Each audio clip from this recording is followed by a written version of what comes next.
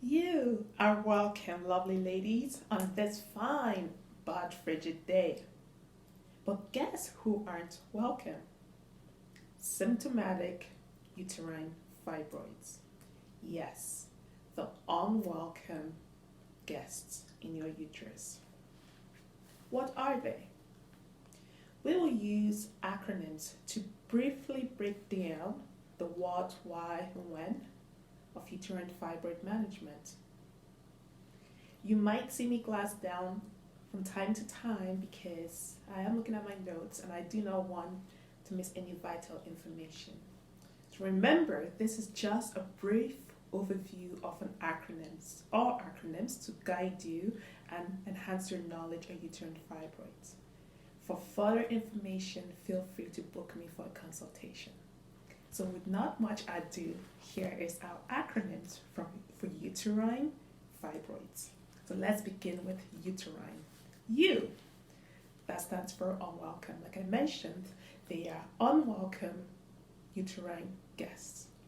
So uterine fibroids are benign fibroids, which means overall they're non-cancerous tumors in the uterus and they can be in any layer of the uterus. T, they are treatable and I'll have a different video about the different techniques to treat them. E, estrogen dominance. There is research stating that when there's an abundance of estrogen in the body that's not being metabolized and flushed out as it should be, this can lead to uterine fibroids. R, research also points to the mutation of a gene called fumarate hydratase.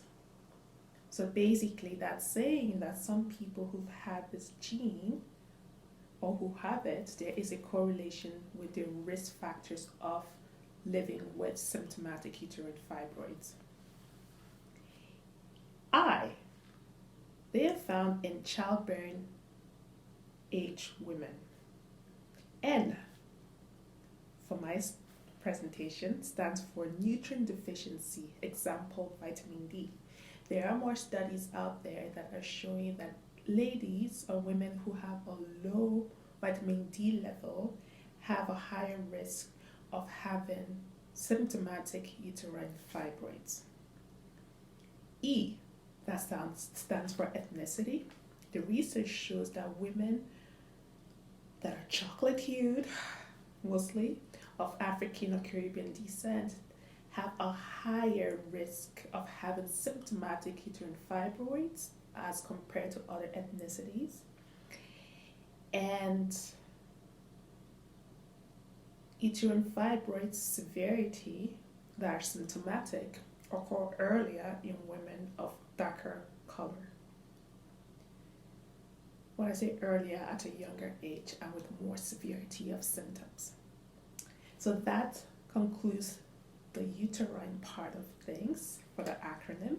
Now let's talk about what symptoms you would find in a woman who might have uterine fibroids.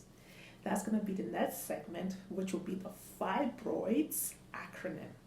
Earlier on, you kept hearing me say symptomatic uterine fibroids. So that basically means that uterine fibroids can be found in 1 in 4 women, but not all these women experience symptoms. And by that I mean symptoms enough to affect their quality of life.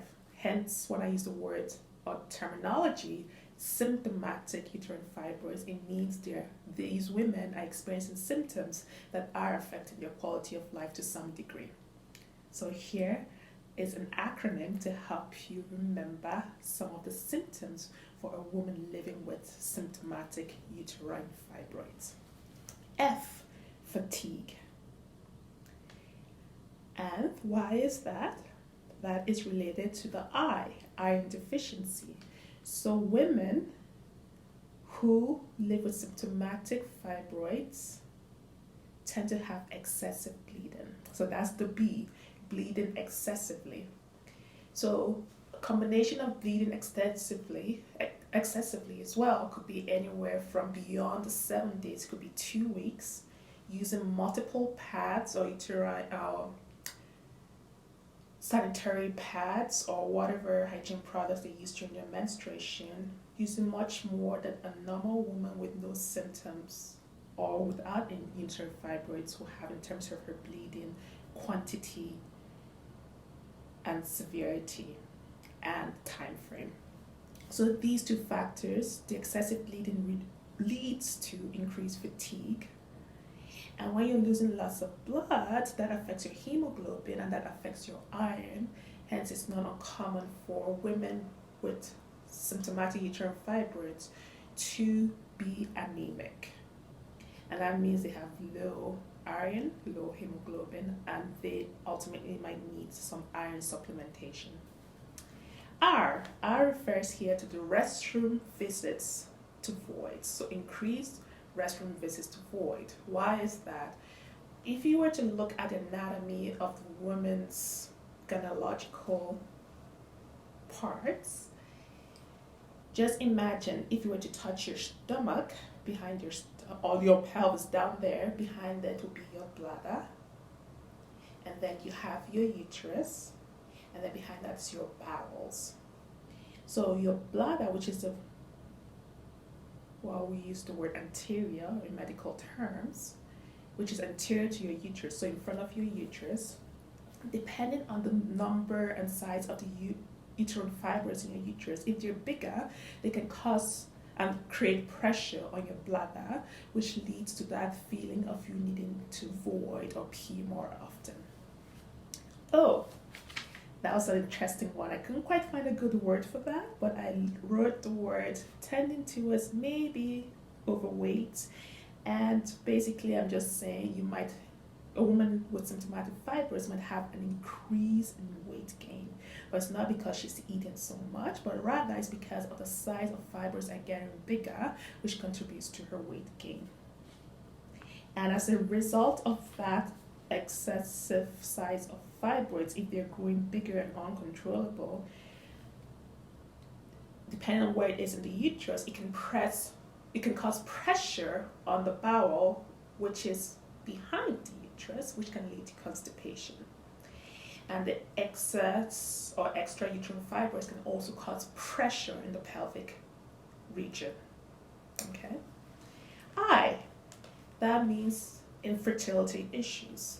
There's no guarantee that uterine fibroids will cause infertility issues, but there have been studies that have anecdotal reports that indeed they didn't understand why they were having fertility issues till they had an ultrasound and found that they had uterine fibroids. D. So these last two I'm going to talk about are more the psychological effects of having symptomatic uterine fibroids. The D here represents depression. So depression, as we know, you can just have the blues, and you can have a clinical depression. Why is depression a possible symptom? Well, I've mentioned sometimes the symptomatic fibroids affects a woman's quality of life. So let's put this in perspective. Imagine a woman is having excessive bleeding. She's extremely tired. She has to plan her life around her menstrual days. She has to make sure she wears certain item of clothing to ensure that she doesn't stain through her clothing. All these factors, in addition to everything else I've mentioned, could cause depression. I'm not saying it's guaranteed, but it can cause depression. And that leads us to the S, the last part of fibroids in the acronym. That is stresses related to quality of life or self-consciousness about one's body image. What do I mean by self-consciousness of one's body image? With the increase in fibroids, one's abdomen begins to grow bigger and bigger. Sometimes a woman might get questions like, are you pregnant? What's going on? You're so bloated.